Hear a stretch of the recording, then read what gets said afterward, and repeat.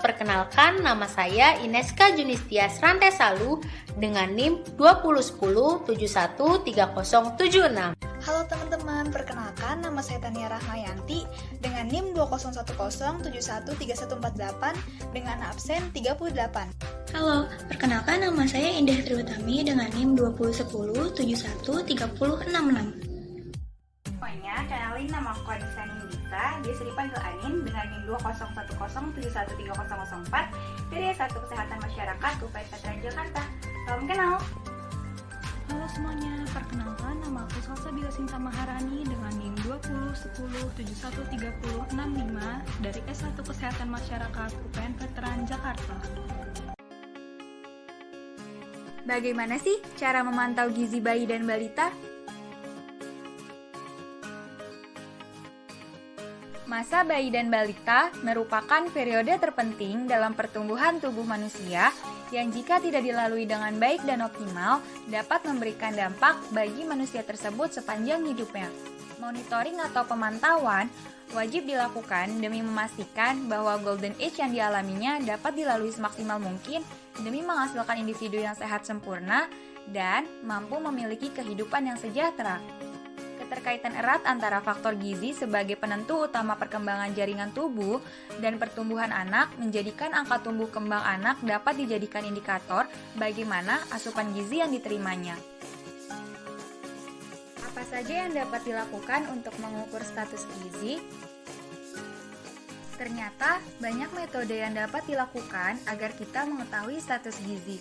Akan tetapi, metode antropometri merupakan metode pengukuran yang dapat dilakukan baik di fasilitas kesehatan maupun di rumah saja. Metode ini dianggap dapat mengetahui gizi dengan mengukur fisik bayi dan beberapa anggota tubuh yang lain melalui metode antropometri. Pengukuran ini dilakukan dengan alat-alat yang mudah ditemukan dan dengan harga yang terjangkau. Apa saja yang diukur melalui metode antropologi? Berat badan. Adanya pengukuran berat badan bayi akan memberikan gambaran terhadap komposisi protein, lemak, air, dan mineral yang ada di dalam tubuh. Tinggi badan atau panjang badan. Tinggi badan atau panjang badan dapat menggambarkan pertumbuhan massa tulang. Pengukuran panjang badan dan tinggi badan disesuaikan oleh usia anak. Apabila anak berusia 0-2 tahun, biasanya yang diukur adalah panjang badan, sedangkan anak berusia lebih dari 2 tahun, yang diukur adalah tinggi badan. Lingkar kepala. Adanya pengukuran lingkar kepala dikatakan dapat menggambarkan pertumbuhan otak dan syaraf anak. Tetapi, ada juga yang mengatakan bahwa pengukuran lingkar kepala tidak sepenuhnya berhubungan dengan volume otak. Selanjutnya, ada metode lain pengukuran status gizi dan tahapannya. Klinis. Yang pertama ada anamnesis, yaitu wawancara antara pasien dengan tenaga kesehatan untuk mengetahui keluhan yang dialami. Namun, pada bayi dapat diwakilkan oleh orang tua. Yang kedua ada observasi, yaitu pengamatan dilakukan untuk melihat kecacatan yang terjadi pada anggota tubuh pasien. Yang ketiga ada palpasi, yaitu metode yang digunakan menggunakan perabaan anggota tubuh untuk mengetahui kekurangan gizi. Yang keempat ada perkusi, yaitu metode dengan pengetukan bagian tubuh untuk mengetahui respon apa yang diberikan oleh pasien. Yang kelima ada auskultasi, yaitu metode melalui suara yang didengar dari anggota tubuh pasien untuk mendeteksi adanya kelainan. Biokimia dan laboratorium. Yang pertama, pengukuran dengan uji biokimia, yaitu metode ini dapat dilakukan dengan pengukuran zat gizi yang ada di dalam cairan ataupun urin. Yang kedua, ada pengukuran dengan uji fungsi fisik, yaitu melakukan tes penglihatan untuk mengetahui kadar vitamin A dalam tubuh seseorang. KMS sebagai alat pemantauan status gizi bayi dan balita. KMS atau yang biasa kita sebut dengan Kartu Menuju Sehat dapat digunakan sebagai buku laporan yang mendata riwayat dan juga perkembangan tumbuh kembang bayi maupun balita.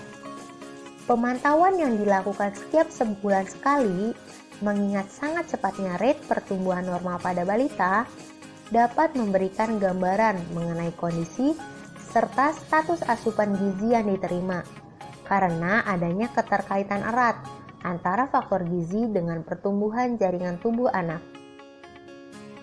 Monitoring pertumbuhan balita melalui KNS ini berdasarkan beberapa indeks antropometri yang meliputi berat badan menurut umur, serta berat badan per tinggi maupun panjang badan. Selanjutnya di sini ada contoh kartu menuju sehat untuk balita perempuan yang dapat digunakan saat pengukuran berat badan. Balita dikatakan mengalami berat badan naik jika garis pertumbuhannya naik mengikuti salah satu garis pita warna, atau garis pertumbuhannya naik dan pindah ke pita warna yang ada di atasnya. Sedangkan balita dikatakan mengalami berat badan tidak naik apabila garis pertumbuhannya turun, atau garis pertumbuhannya mendatar, atau garis pertumbuhannya naik namun pindah ke pita warna sebelumnya.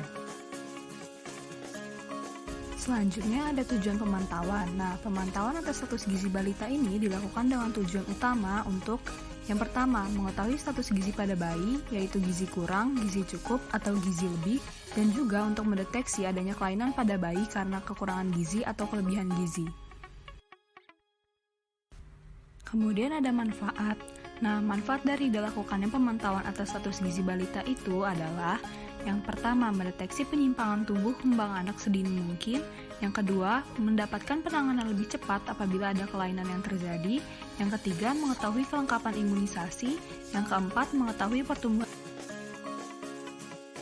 Oke, kesimpulan, cara menghitung status gizi anak dengan orang dewasa akan berbeda karena kondisi tubuh pada usia anak-anak akan terus mengalami perkembangan seiring berjalannya waktu.